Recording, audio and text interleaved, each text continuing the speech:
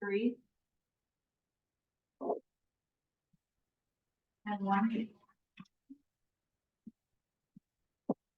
Any others?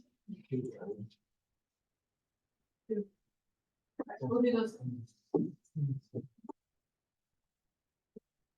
Right, for number 1, circle the system of inequalities that match the given graph. So for this line, my solid line, that has to be one of your inequalities. So I know this starts at 2, and the slope is -1/2. And it's a solid line. So looking at my inequalities that have solid lines, -1/2 x plus 2 would be this one. This is also shaded above. That's why I put that one and not the last one. And then on the other side, I know this starts at 5. I know my slope is 2. It's a dashed line, so it has to be one of the first two. This is shaded below.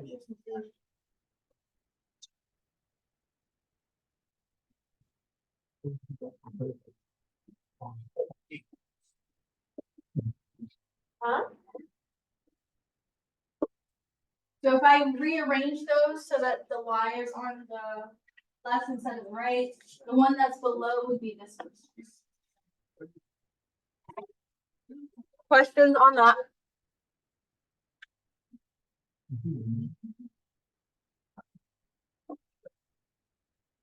For number 2, there were 2 y-intercepts.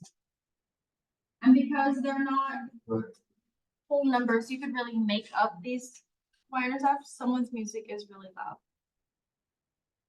Your music's loud. So you can make this whatever you want. It would be more than 1, but less than 2. So you can make that like 1.5, 1.3, 1.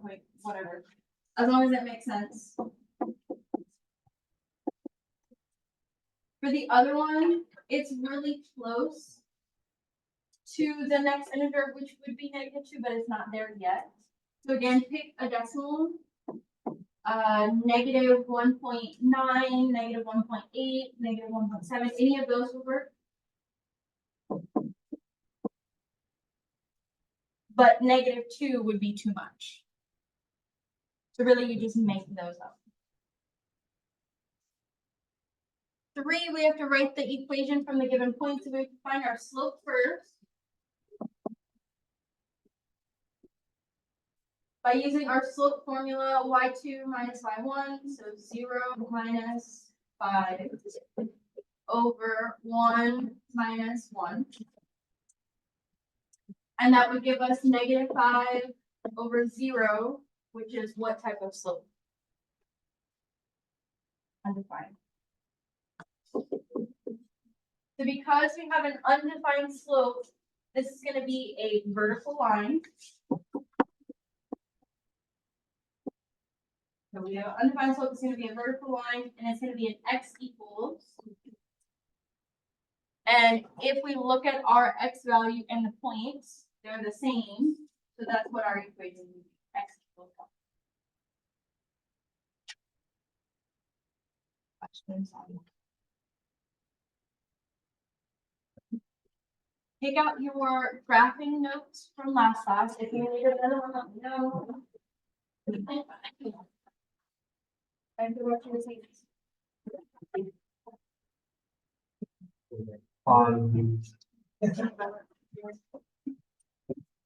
Yeah.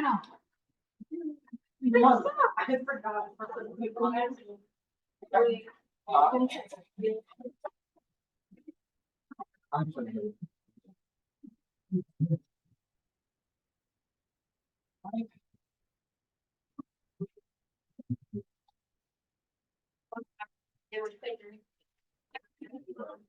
We need more.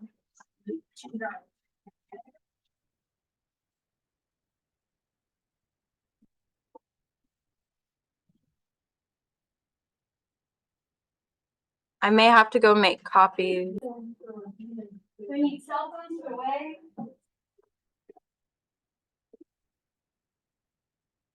And find this page in your notes.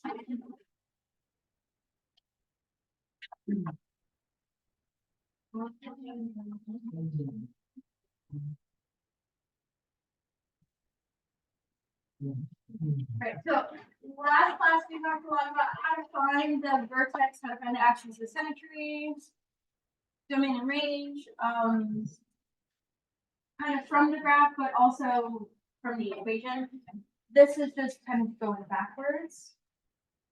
So that, and I don't remember which page this was exactly, some of the ones I just printed were backwards, but your axis of symmetry is the line that would split this directly in the middle. So for graph A, what would that be? Okay, it is going to be positive, but are you talking about its facing up to this positive? Okay. So you would have some imaginary line, you could draw this line in if you want, at -2. That would split that parabola in half. And that would be x equals -2.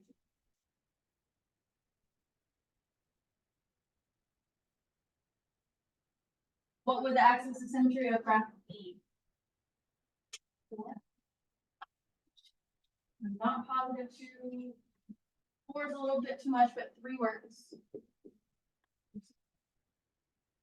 So x equals 3. Then from a graph, it's really easy to see your vertex. It's either the lowest point or the highest point. So for graph A, what would that be? -2, -5. And you would write that as an ordered pair. We'll come back to this question.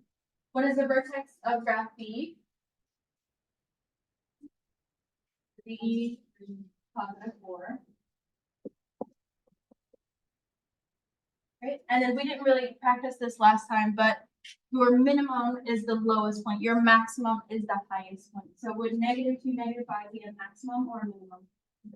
Minimum, lowest point, minimum. And then would 3, 4 be a maximum or a minimum? Maximum, highest.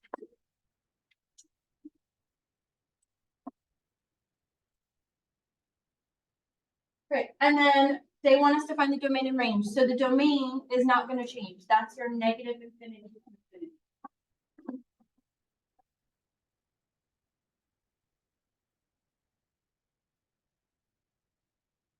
That will always be the same domain for all of your quadratics parabolas. The range, however, is going to be different for both.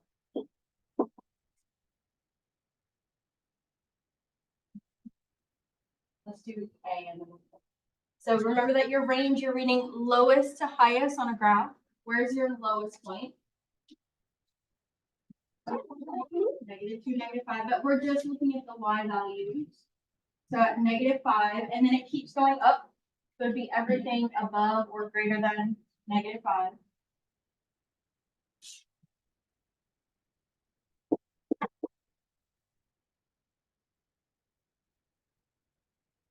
Right, either or, and then we'll stop there for both. So one is in your inequality format, one is using interval notation, which we'll talk more about. Yo, Jacob, what is that? Let's finish this. So we were writing down the range for graph A. It's everything above -5 or every y is greater than or equal to -5. Or writing that as interval notation, square bracket because it's included to infinity. -5 to infinity. Questions on that? Not going away. Caleb going away. For graph B, instead of having the lowest point, you have a highest point. So this is going to start at -infinity and go until what point? 4.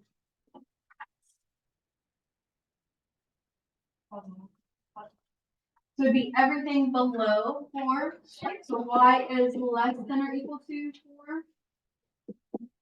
Or if you wrote it like this, would start at -infinity and would end at.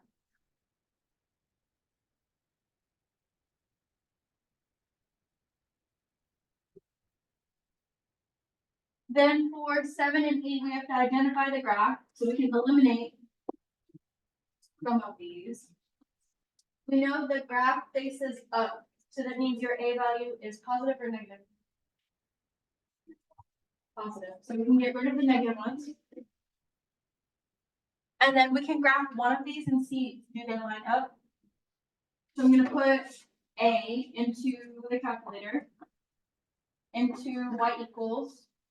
Actually, I'm gonna reset my calculator. You can reset your calculator if you saw what I just saw on yours. If you don't have your calculator, you can go grab that.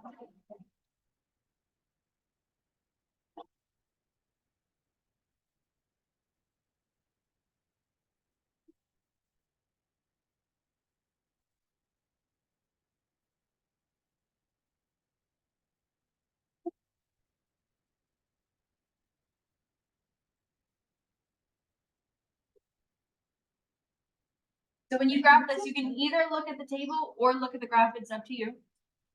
If I wanna look at just the graph, and I'm comparing it to graph A. So if I'm looking at graph A, does this look like it's? No, it's like off to the side, so then it would be B instead.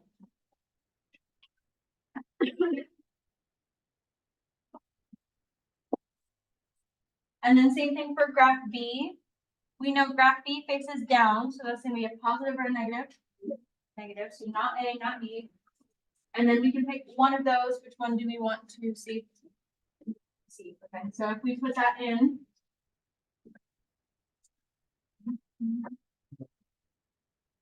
Negative x squared minus 6x minus 5.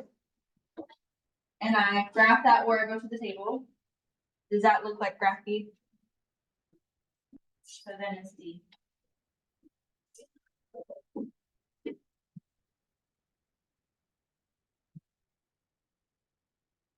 So not only should you be able to find these things from the equation slash algebraically slash putting it in, but also vice versa, given a graph and find those things as well.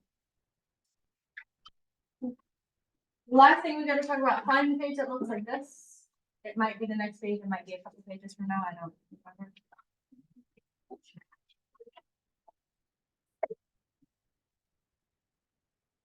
So some of, bless you, before we were talking about quadratic equations in standard form, ax squared plus bx plus c.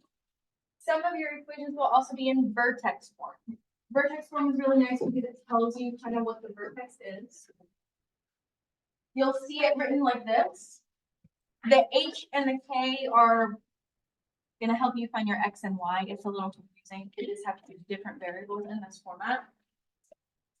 But in this format, whatever k is, that would be whatever your k value is. But whatever h says, if it says -5, it's really the opposite, +5. Or if it says +5, it's really -5, it's the opposite. Really, because whatever's inside is always the opposite. But I'm going to show you some examples of that. But if you wanted to convert it, you could. It's a little bit more work. But before, when we were using FOIL with factoring, you could do the same thing.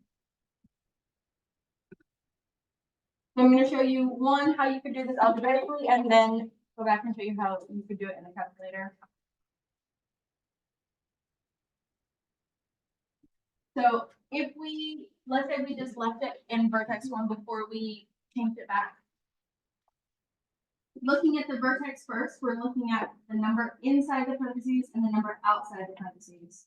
The number inside, we take that and make it the opposite. So it was negative, it should be positive. And then the 3 stays the same. Which means your axis of symmetry is going to be what? X equals. Domain, remember, is the same. Your A value in this case still tells if this faces up or down. Without really graphing this, I know this is going to face up. And it's going to face up, which means this is a minimum, lowest point. So it's going to be everything above that point.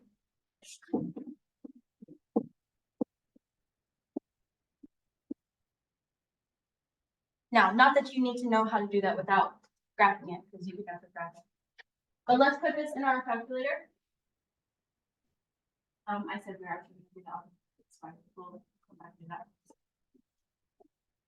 So in your y equals, go ahead and type in that whole thing, use the parentheses, make sure the square is on the outside.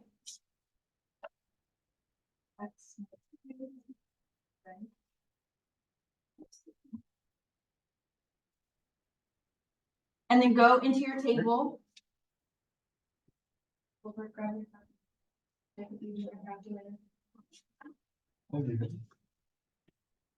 Everyone, do you have your calculator?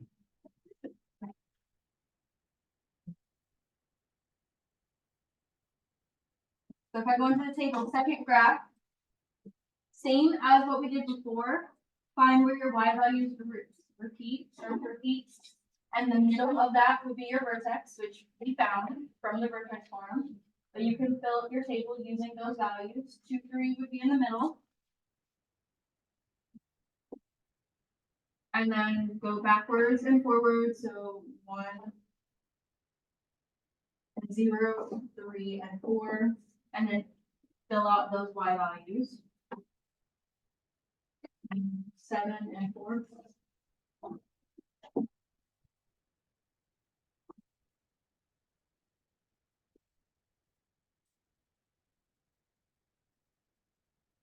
Then you can plot those points.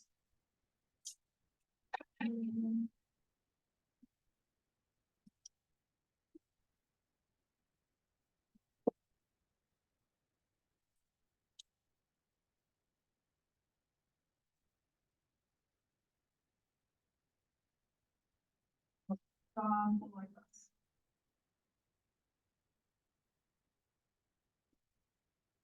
Then if you held off on doing the range, you could double check. I didn't graph that right. This one.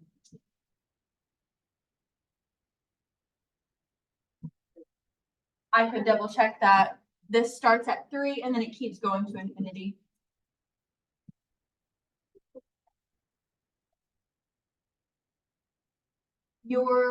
When you go to take the quiz, go to take the test, the most you'll need to do is graph it and find the vertex, whether that's algebraically, from the table, from the vertex form.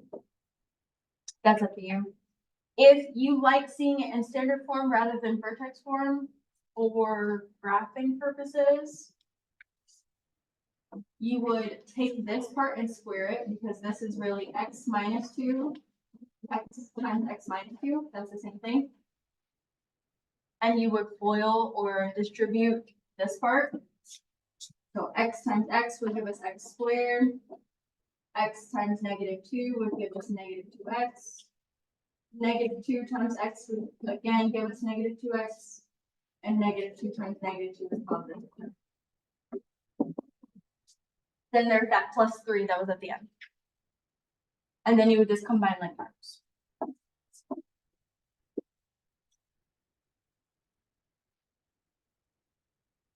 So if you were to graph this standard form and this vertex form, they would overlap.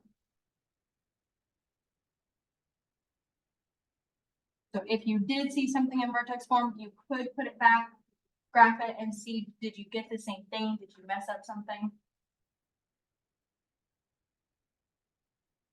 Questions on that one?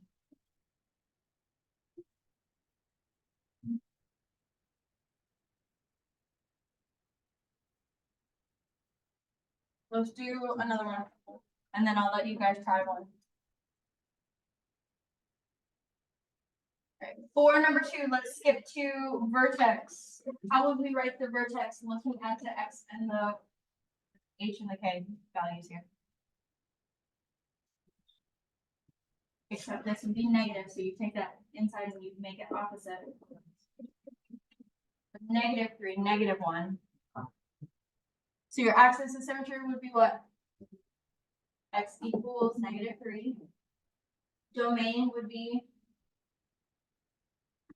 -infinity to infinity. I could find the range here if I know this is going to face up or down. Up, because it's positive. So if it's facing up, the vertex is going to be the lowest point. So it's gonna start at -1 and go up.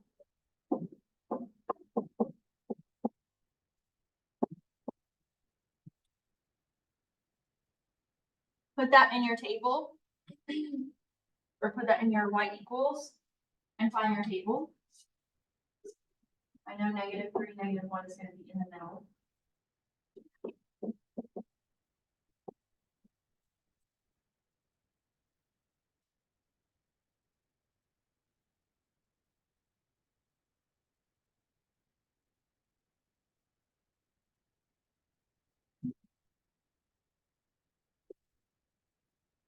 Move her phone away.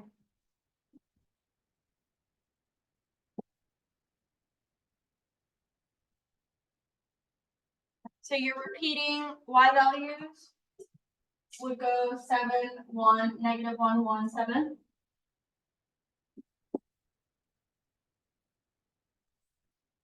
And then you could graph those 5 points.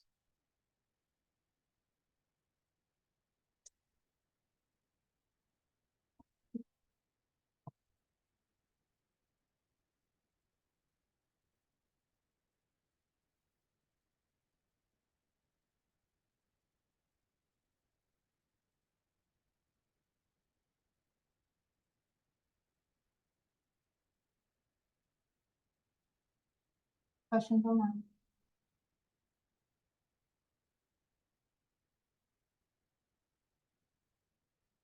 I want you to try number 3.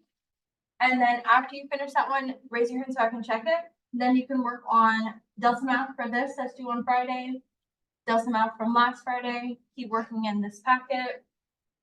If you need to finish a test or work on retake work, you can come to me for that. But do that problem first.